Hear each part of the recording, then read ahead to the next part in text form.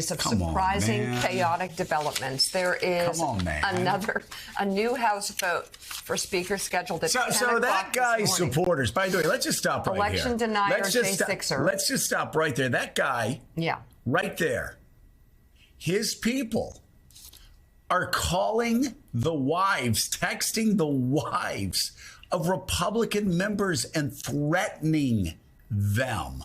Ken Buck got a report that Ken Buck's lease in his local office got canceled because he didn't support Jim Jordan. Pressure is mounting from all over from right-wing freaks. Let me say it again, right-wing freaks who are threatening Republican members if they don't support a speaker. Now, listen, I'm not really good at politics, Willie. That's not really a good way to win friends and influence fellow members of Congress. In fact, in the words of Aristotle, be ye careful, ye may piss them off, which, of course, I had no idea ye was used in ancient Greek. But in this case, Aristotle did. And you know what? I think he was right. Harassing people's wives as a political tactic, as a way to twist arms to get their vote. That's a good one. Which is, who would have thought it's backfiring spectacularly on Jim Jordan? All these members are going public with these stories and saying there are people from his office or people working on his behalf, at least, threatening us. We've had to have extra security because I won't vote for Jim Jordan, an insurrectionist, a guy who won't admit that Joe Biden won the 2020 election. I don't know what he thinks his path is. He's not giving up the game, though, Mika. He's going to go up for another vote today, a few hours from now, actually. He thinks somehow this vote total is going to go up, when, in fact, every time they go to a vote, he gets fewer votes. And it might be because of the harassment of members' loved ones. Like who?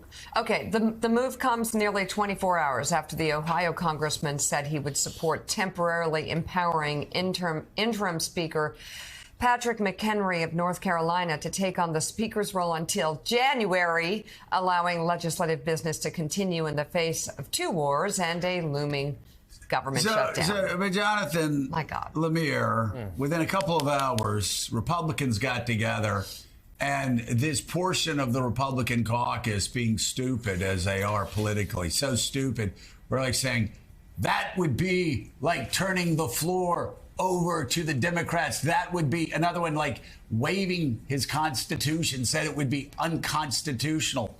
I didn't know. What is North Carolina like a breakaway republic? Is regular order unconstitutional? Why would it be turning the floor over to Democrats if you gave the speakership temporarily to a Republican, so that things could from North Carolina, so things could run effectively? They could pass appropriation bills, and the Republican Party would not get further battered by all of this, and America could speak with one voice on terror attacks. Yeah, McHenry, not from Cambridge or Brooklyn. He's from North Carolina.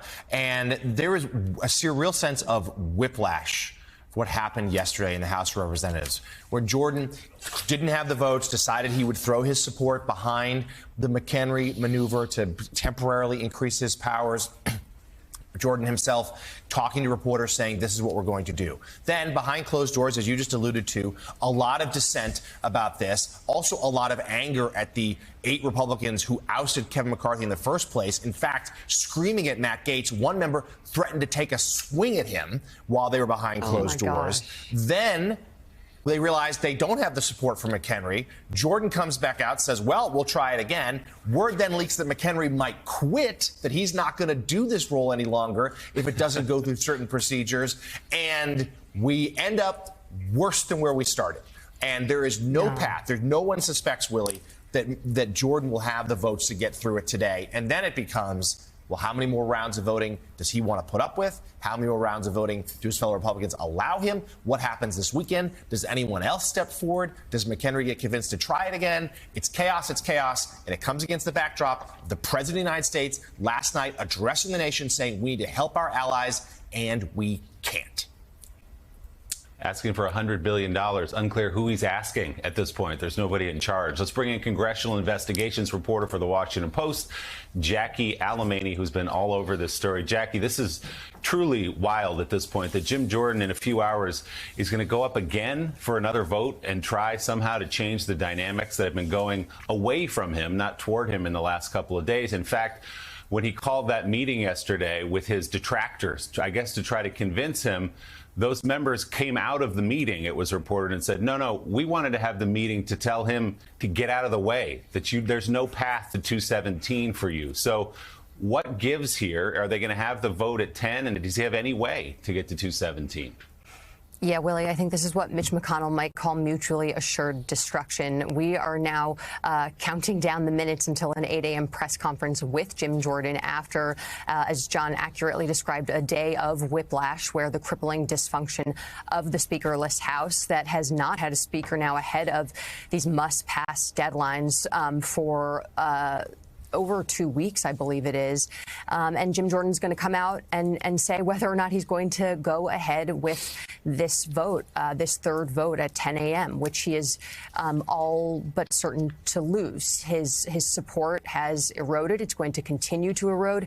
And again, as we've said all week, the opposition to Jordan is profound. It is out of principle. It's not out of a negotiation tactic. There is a faction of never Jordan moderates, institutionalists, lawmakers across the board, appropriators, people of all stripes and ideologies who are against Jordan and are not going to be able to turn by him. And as you said, in this meeting yesterday, after Jordan reversed course, after agreeing to this plan to empower Patrick McHenry, and then came out of this House GOP conference meeting and said, actually, wait, never mind, we're going full steam ahead.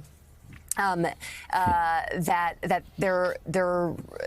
not going to be able to pick up the votes here. So we'll see what happens. There's not many people who want this job. The few people who do want the job, the few people who could get the job don't want the job. So we'll see.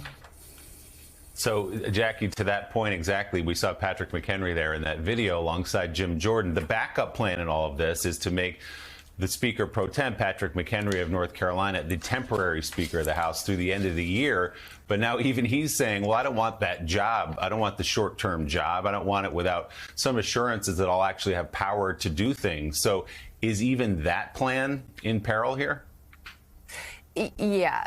There is this, basically the House Freedom Caucus and some other hardliners who don't want to kick the can down the road have basically said that they are not going to even consider this resolution anymore that was introduced by House GOP moderate Dave Joyce and has some quiet buy-in from House Democrats who want to get back to regular order. And again, this plan would go until January 3rd. But there are some sort of constitutional questions that are being raised, although I heard from a former House counsel under Tip O'Neill yesterday who said that he did not see any issues constitutionally or with the House rules in empowering Patrick McHenry.